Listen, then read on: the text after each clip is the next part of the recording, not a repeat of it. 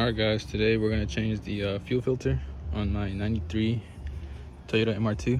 It is the 5SFE engine. So what you want to do is take off this access panel. It's a 210mm bolts.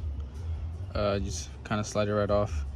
And then next thing you want to do is take off your air filter and then the box under it. And so once I get to that, after I take off the air filter, I'll tell you guys what's next.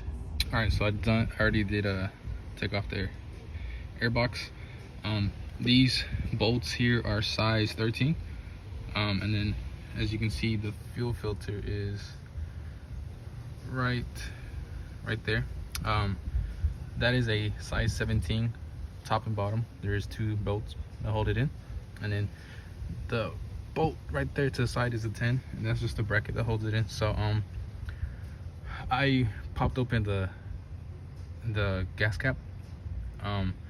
The car also hasn't been running in probably like 4 days, so I don't think there should be any pressure in the lines. And I'm gonna get under there, crack open the bottom one, or I might just do the top one first and then crack open the bottom one, and then loosen the bracket with the 10mm, and then from there just do the reverse. As you can see, I'm under the car now. I've loosened the top one already. Here's the bottom one. I'm gonna crack it open, and then that bolt right there is just a little bracket that holds it in, and that's just a 10mm. So let me do that and I'll show you the new one. As you can see, this is the old filter.